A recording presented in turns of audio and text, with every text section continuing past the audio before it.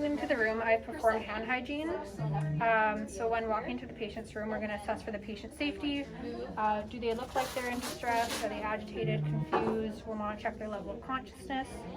We're going to want to perform a hazard check of the room, so if there's anything they can trip over, is there water on the ground, make sure the environment is safe, as well as that the bedside is safe. So we're looking, are the rails in the correct position, is the bed at the height it should be, which is lowered, how their tubing is, oxygen levels. We're going to want to make sure you have the correct patient as well. You want to make sure their name band matches up, and again, just making sure the patient doesn't look like they're in any visible distress. So we'll start with the patient's temperature.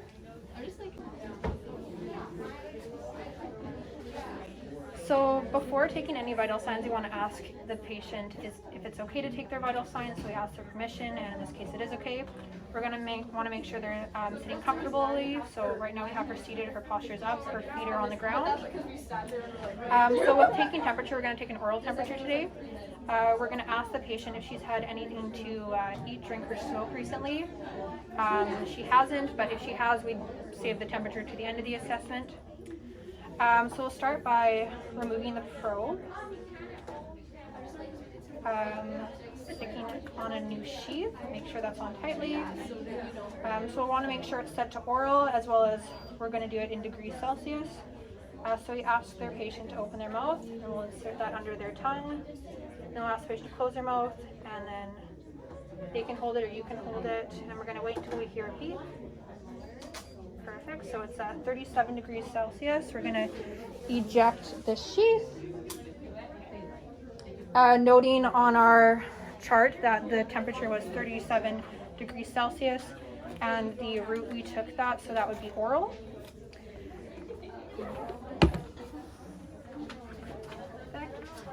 So next we'll check for pulse rate. So doing this, we'll be taking the, I'm going to put that away,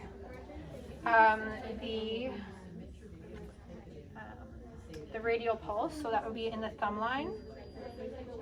So we'll palpate with 2 fingers to feel. And then before actually taking the measurement, we're going to note if it's regular or irregular.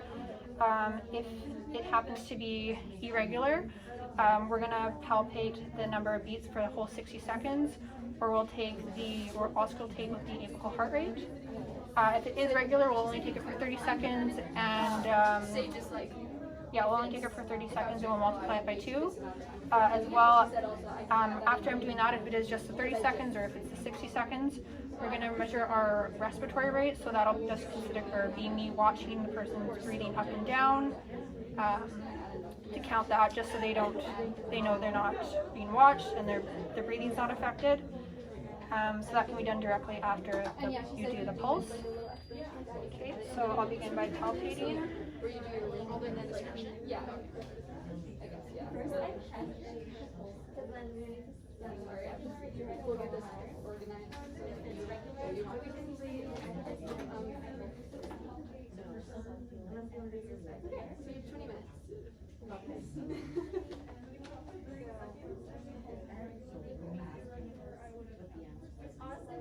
So before we go with the patient, I will make sure to do this hand hygiene first.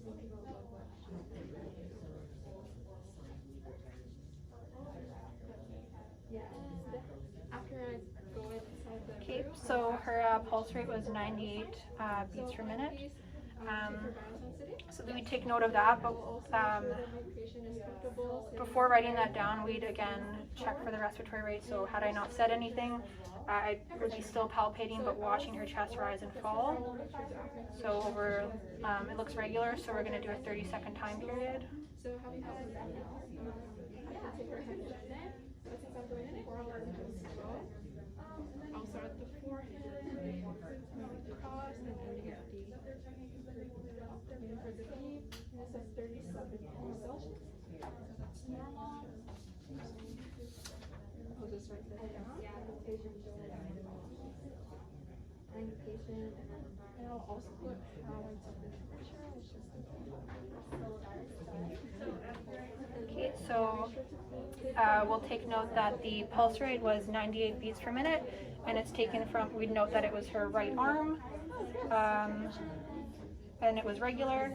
And then for the respiratory rate, we'd note that it was 20 breaths per minute, and that it also appeared regular. So for this vital sign assessment, we'll be taking the blood pressure.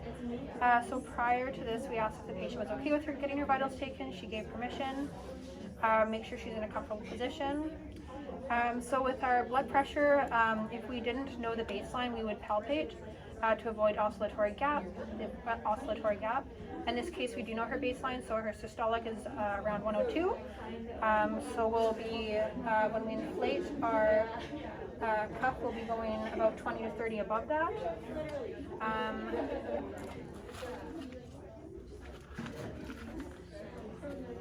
So we'll ask that she puts her arm at the level of her heart, not above, so we use the pillows to support that. So we'll palpate to find her brachial pulse around the brachial artery.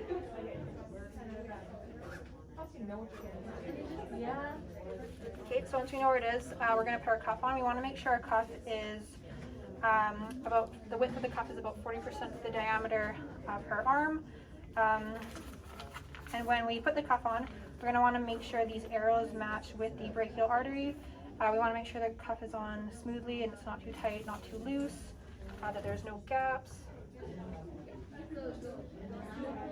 So I'll take the hyperextend your arm just so you can feel it a bit better. Perfect.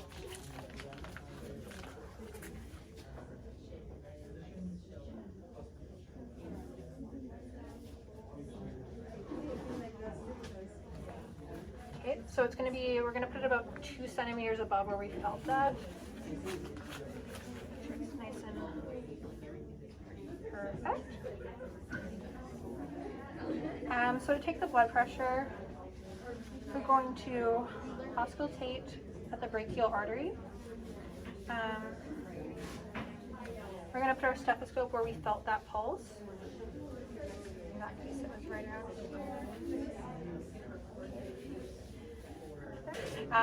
So we'll put the stethoscope over the brachial artery.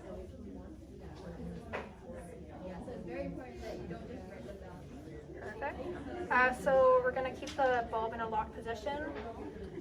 And when we inflate, we'll go about 20 to 30 above the 102. And when we slowly deflate, we'll go at 22 millimeters mercury per second. Taking note of when you hear a beat, that'll be the systolic. And then when the sound goes away, that'll be your diastolic. So we're taking a mental note of that.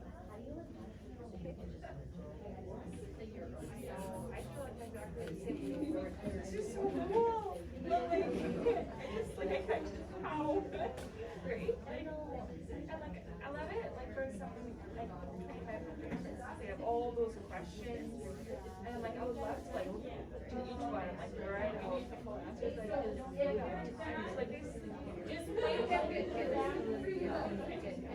Things like that.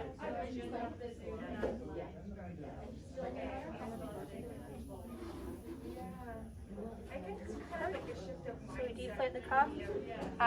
We're putting the blood pressure as 102 over 78. We take off the cuff. And we're also going to take note of when we write it down the arm that it was taken on. So it was taken on the right arm, and she's in a sitting position. Cool.